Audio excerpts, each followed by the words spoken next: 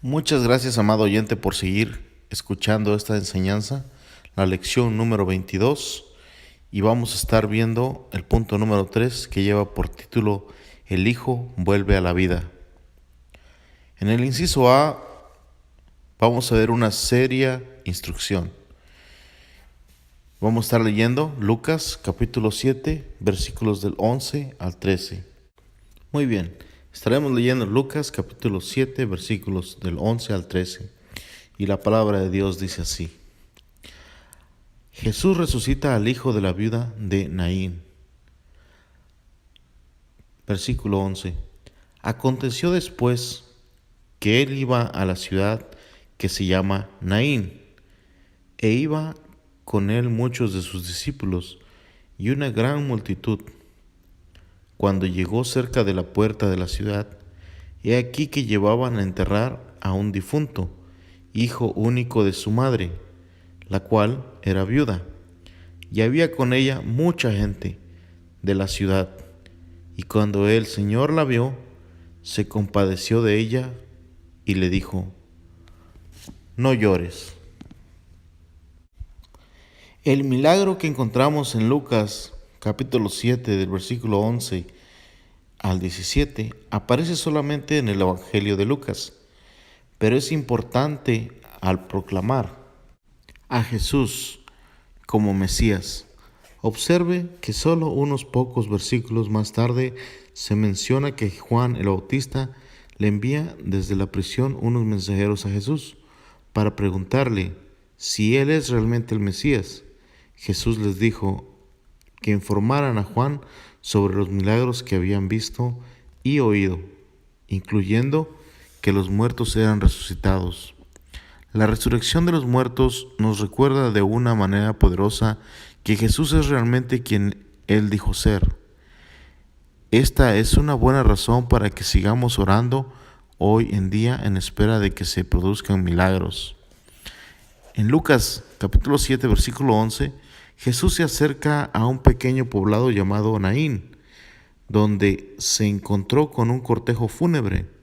Como sucedía generalmente, una gran multitud le acompañaba, además de sus discípulos. La procesión iba saliendo de la ciudad, de camino al lugar donde se sepultaría el difunto.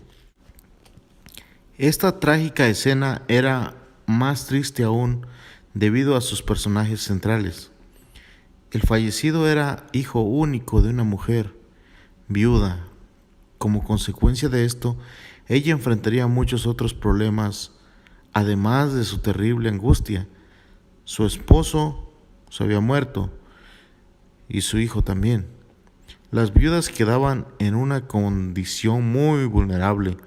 Estaban desamparadas en una sociedad donde con mucha frecuencia las mujeres no tenían manera de ganarse la vida.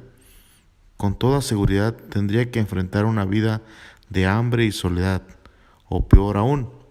Observe que se puede notar el desamparo en que quedaban las viudas en las numerosas instrucciones y órdenes que dan las Escrituras respecto a su cuidado.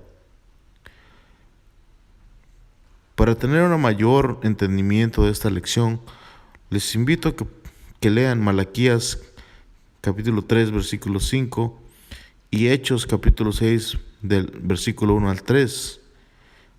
Y también 1 Timoteo capítulo 5 versículos 3 al 4 y Santiago capítulo 1 versículo 27. Jesús, movido a compasión ante esta situación, le dijo algo inesperado a aquella vulnerable viuda angustiada: No llores.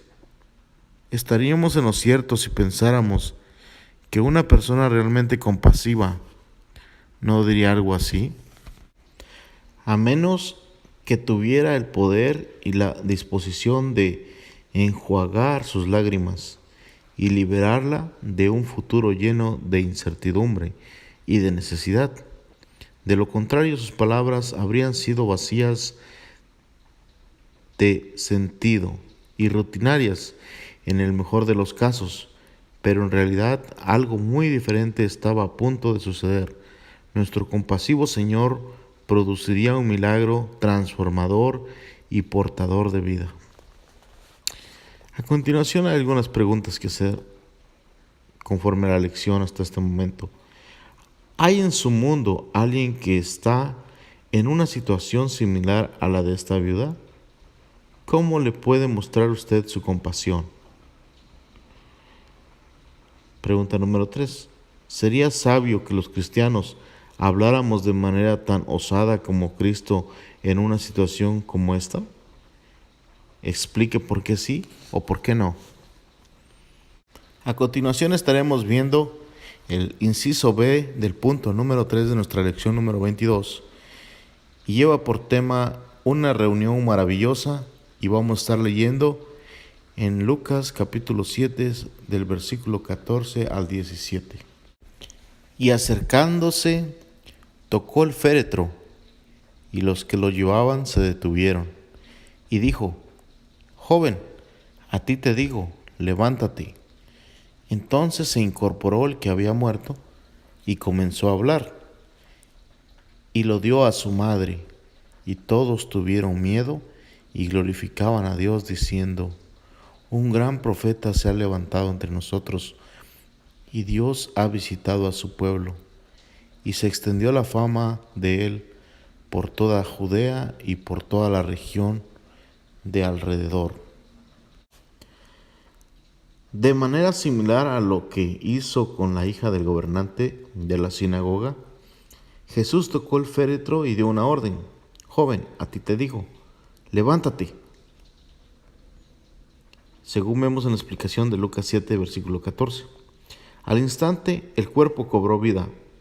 No se nos dice cuál fue la reacción inmediata de los que lo cargaban, ni qué dijo el joven, o cómo reaccionó la viuda. Solo se nos dice que Jesús le entregó el joven a su madre, y en un instante una vida había sido restaurada y otra había sido renovada. Si se nos dice que los presentes tuvieron miedo y comenzaron a alabar a Dios, reconocieron que era la mano de Dios la que había obrado para producir aquel maravilloso milagro. Es interesante observar que la palabra traducida como miedo tiene diversos significados.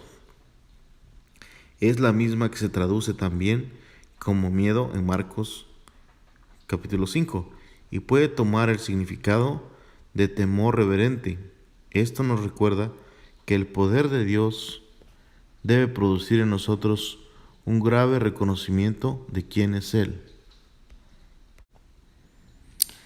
¿Qué puede hacer y por qué es de sabio seguirle y recibir sus bendiciones?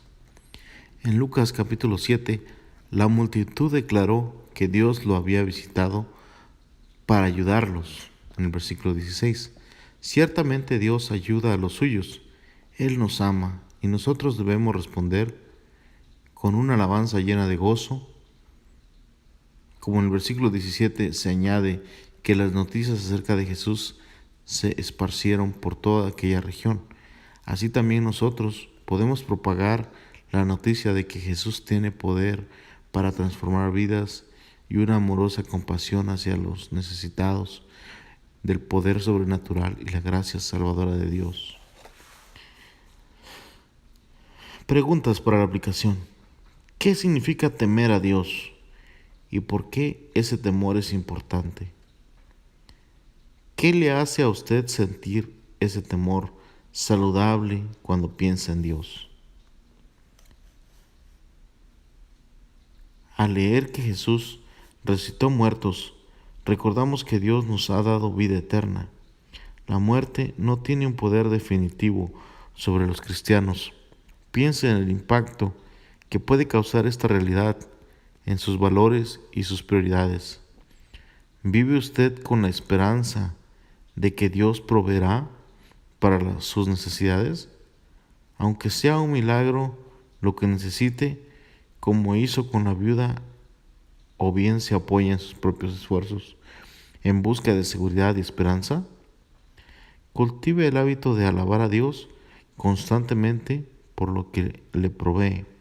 Cuando lo haga, recordará que Él es la fuente de su esperanza. Y llegamos a la conclusión de que los asuntos de la vida y la muerte nos ofrecen oportunidades importantes para ministrar una oración, un oído atento y algunas obras de compasión pueden ayudar a otros creyentes a sobrellevar los momentos de angustia. De igual manera, unas palabras sabias y compasivas pueden dar esperanza y ayuda a los no creyentes que pasan por una situación semejante. Ore que Dios le prepare de manera que pueda ministrar con eficacia a las personas que tienen que enfrentar la muerte. Mi amado oyente, es posible que alguno de nosotros esté pasando por una situación angustiosa, o alguien que nosotros conozcamos esté pasando por una situación en la cual algún familiar ha fallecido o ha muerto o está a punto de fallecer. Dedique un momento para orar por esas personas o por ese familiar que necesitan de esa compasión, de esa esperanza, por esa persona que va a fallecer o ya falleció recientemente. Reflexione acerca de la muerte y trate de ayudar a esos familiares a entender que nosotros en Cristo tenemos una vida eterna, que la muerte solamente es momentánea, pero que en algún momento estaremos todos juntos con el Señor delante de su presencia si hacemos su voluntad y si leemos la palabra de Dios y la ponemos por obra también. Mi amado hermano, lo invito para que haga un devocional de lunes a sábado, buscando la presencia del Señor, estudiando algunos versículos bíblicos, como son Primera de Reyes, capítulo 17, del versículo 17 al 24, el día martes, Segunda de Reyes, capítulo 4, del 25 al 37, el día miércoles, el libro de Ezequiel, capítulo 37, versículos del 1 al 14. El jueves, Primera de Corintios, capítulos del 15, versículo 21 al 26. El día viernes, Primera de Corintios, capítulo 15, versículos del 50 al 57. Y así terminaríamos el sábado leyendo Primera de Tesalonicenses, capítulos 4, versículos 13 al 18. Es una recomendación para que tengamos una claridad más amplia sobre la lección que acabamos de estudiar, la lección número 22. Estamos llevando una secuencia de temas de los milagros de nuestro Señor Jesucristo. Espero que este video haya sido de bendición en su vida. Hermano, lo hice en el amor que tengo para el Señor, esperando que alguien pueda escuchar este mensaje, que pueda ser de bendición para su vida. Y si le gustó, dele like. Y si ve algo que me necesita que yo mejore, escríbame un comentario, hermano. Yo no voy a enojar, yo le amo el amor de Cristo. Y yo creo que todas las observaciones son para edificación, hermanos. Dios les bendiga, Dios les guarde y gracias por su sintonía.